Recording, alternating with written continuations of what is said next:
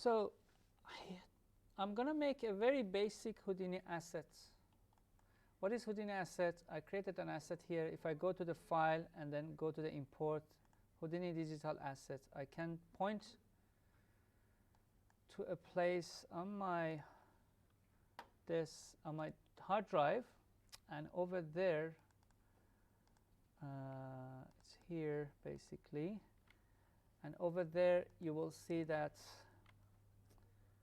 I created an asset and I can install it, and it's a tool in Houdini. If I press tab, it's a staircase creator, and this tool has some attributes in it. We're going to go through the whole entire process of creating this tool. So let's start Houdini from scratch. Let's create a project, new project. I do it on my desktop, Houdini Workshop, and then I say that staircase creator. So for the staircase, the idea is like I create a geometry node and I call it staircase. And the idea is just to have a line here. And this line, you see there's a bunch of points on this line. Then like stairs are basically a bunch of boxes.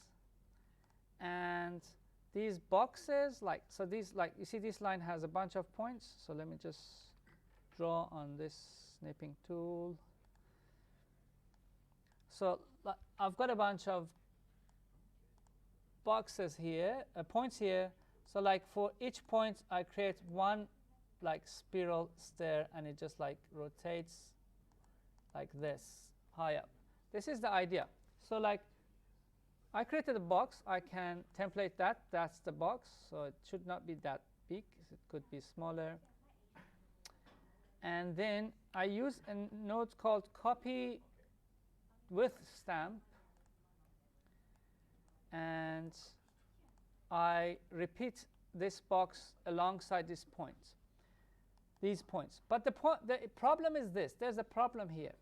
When I change the number of points, the stairs doesn't get added up on top of each other. They get added in between.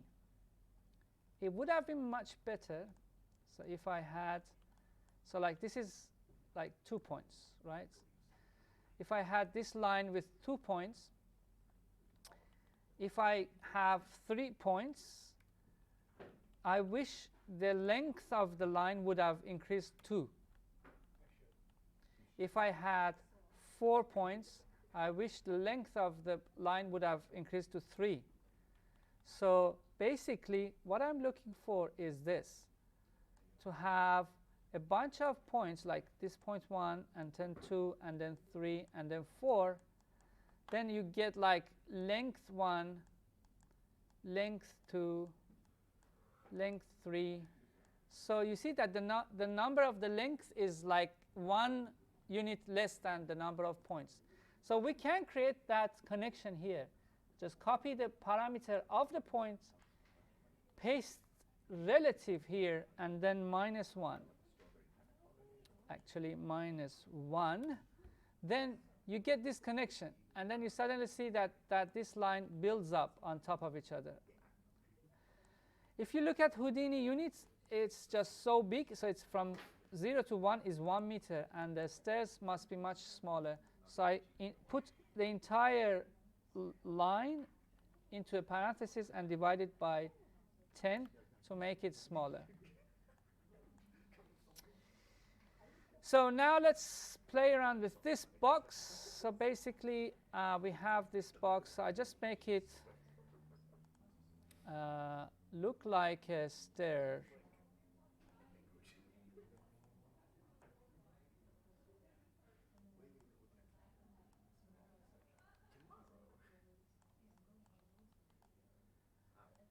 And then I can actually, I can bring it here. Yeah. So now, like, you will see that these boxes stack on top of each other. Actually, I can do a bit of better adjustment here. I can select the, like this box here, I can select this face and make it wider as well. So I get some stairs. But let's get back to the line. So you see that, like when I turn on display point numbers, each one of these points has a number. It would have been great that like these stairs like would have been rotated through these numbers. So like here is where I type in the rotate y. I type $PT, which is points, multiply, let's say 20 degree. And I turn off this cumulative kind of transform. Now you see, let me just turn off this display. Now you see that like it basically grabs these numbers on the points. So let's say 0 multiplied 20 is 0, 1 is 20, and then it's 220, which is 40 degree, 320, 60 degree, 80 degree, and so on and so forth. So that's how this one works. So I created some stairs. So which you just see, like, you know, this one like rises up and goes up. I can create a controller here by a null node. I create a null node here. I always like to change the shape of it and the color of it, and call this controller. And I create a parameter on controller. Here I create an integer and I call it height. Basically, a null is an empty node. You just add attributes on it and accept. So this one has a height on it. And I can copy this parameter, go to the line, and say the points of the line paste relative reference. So it's basically line is controlled by this now. I can go to the parameter and say that it would be between 0 to, like, let's say 1 to 100, and I lock these numbers so it doesn't go beyond that. I can have, so these are stairs.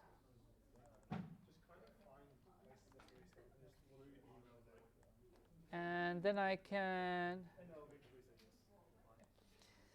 so, okay, and then I change the color on here just for the beauty of it. And then I add a tube here, a primitive tube. So we need like a column in the middle. So I make the radius of it small. I want this tube to be always on the ground. This is something that you guys use quite often. So if you look at the height of this tube is 1, and if I put the center, half of it, like, it stands on the ground. If I put the height 2, then and put the center to 1, it again stands on it.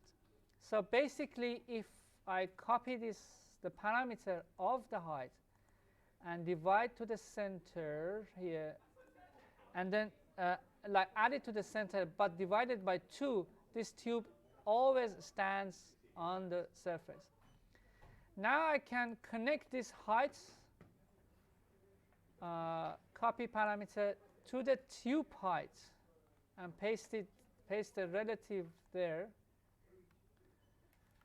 And when I merge these two together, I should see the column in the middle like rising up with the stairs. But it's much bigger because if you remember, we divided the point numbers, like the point scales, by 10.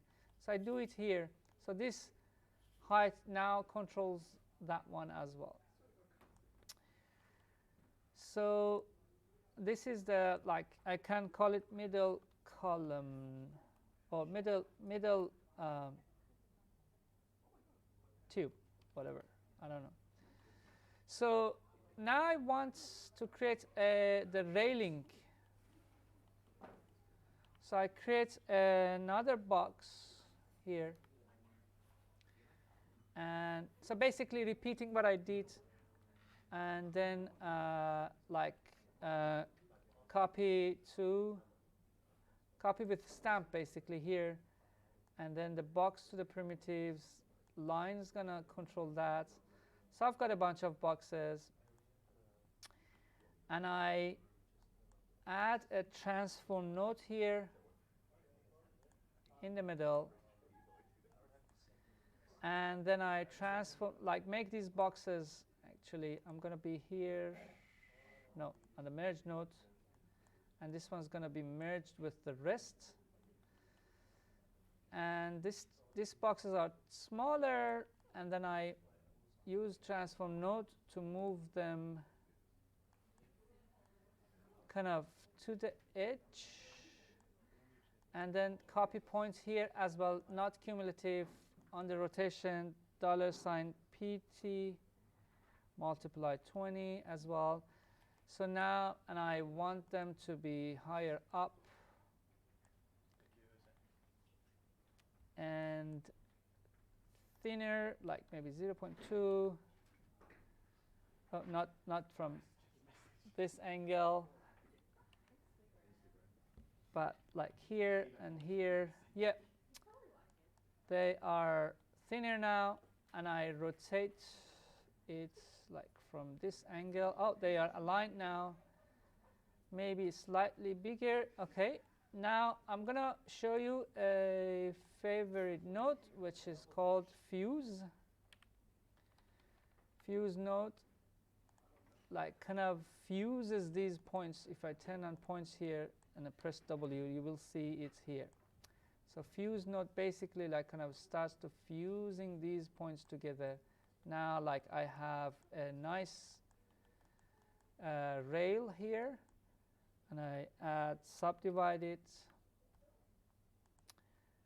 Let me turn that off, press W. Now this control like creates both the stairs and the rail. So one last thing is that we might need, like, of course we need support for the rails. So let me just group all of this together. So that is middle tube, and these are railing with a different color. Now let's create another tube, basically doing the same thing, a tube primitive.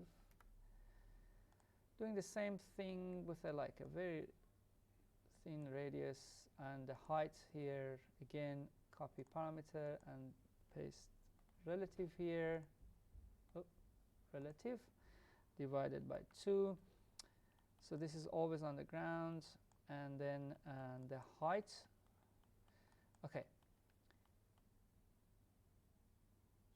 So I could do something smarter here, like instead of transforming, like translating this to the y, I start from 0. I move line up. So I add a transform node here, and then move this line up. And that is your rail height. So like I want the height, so like I can add an attribute here, edit parameters, this time a float attribute, because float means like it's not integer, it's not 1 2 3, it's could be like 1.5 rail height here, and then say rail height, and then this could be between 0, not 0, maybe like, yeah, 0 1, 0 to 1, and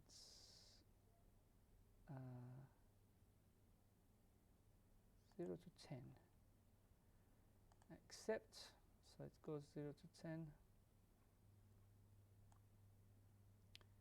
And then here, copy this attribute, this parameter, go to this transform node and say that your translate is pace relative here is rail height. Oh, actually that's too high. So what I do here, I go, yeah, this is rail height. Maybe I just edit this parameter and say that it's between 0 to 2 instead. Yeah, that makes more. Even 2 is too high.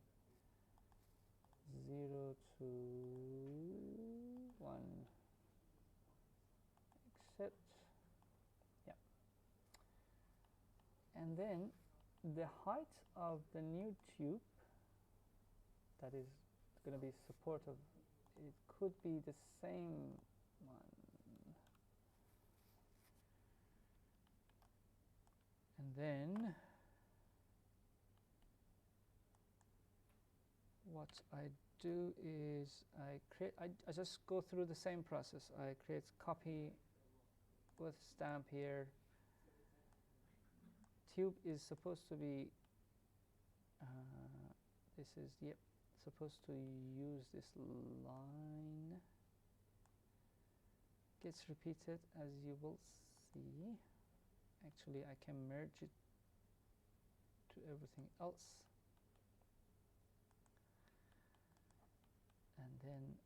And then here, oh, no, not here.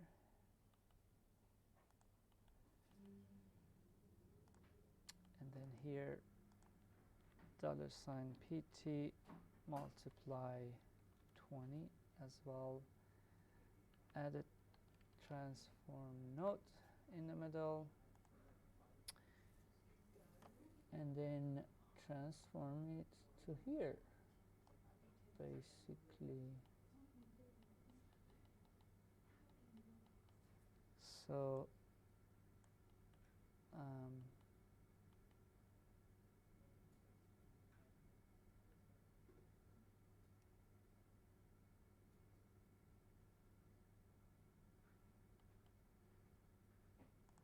make sure this is not cumulative.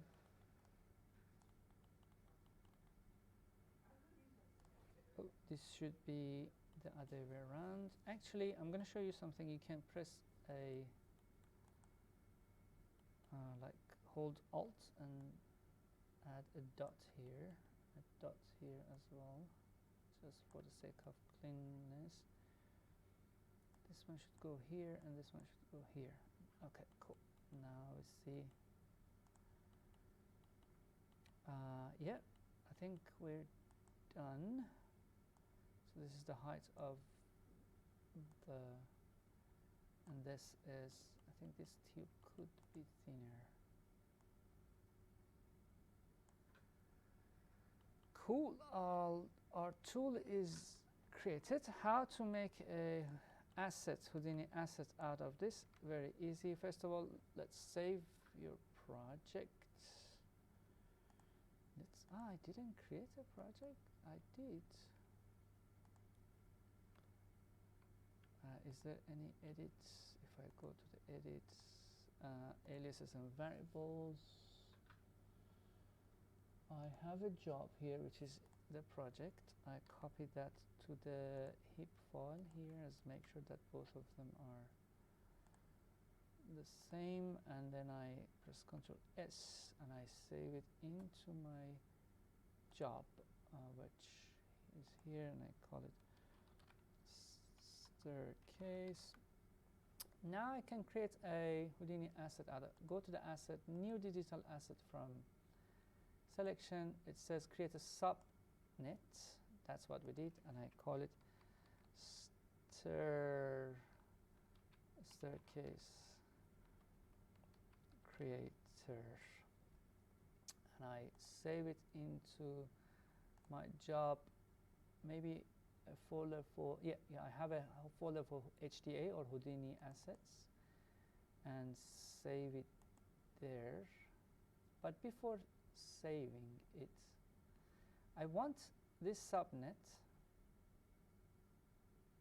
Let me just, before saving it, is the asset created? Not yet. Okay, before saving it, I'm going to show you something interesting.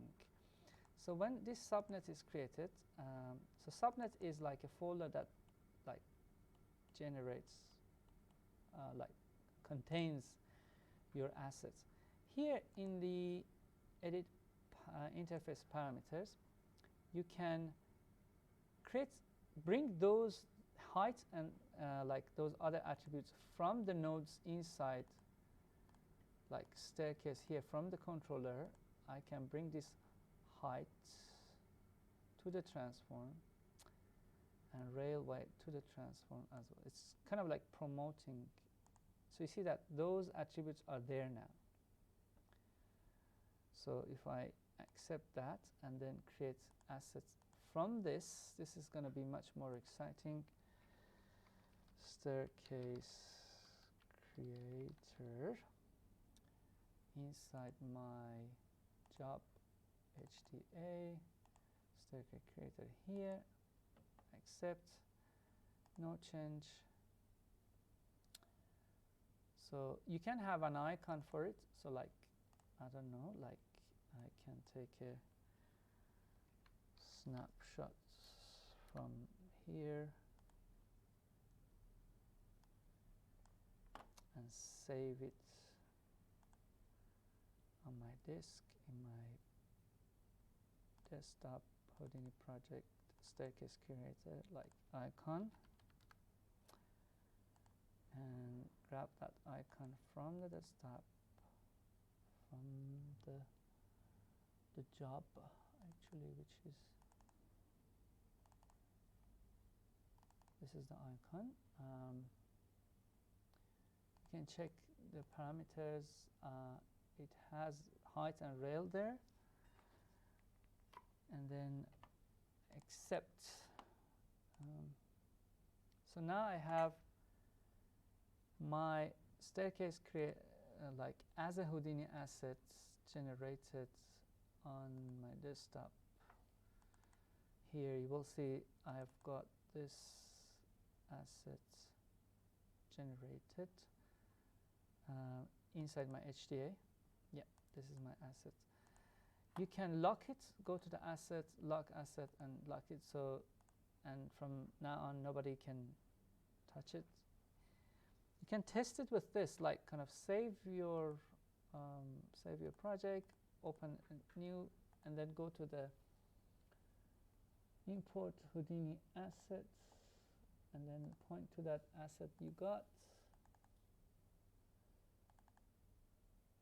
which is here, and then install it, and then press tab and say staircase creator, and yeah, you got your first Houdini assets created. Wonderful.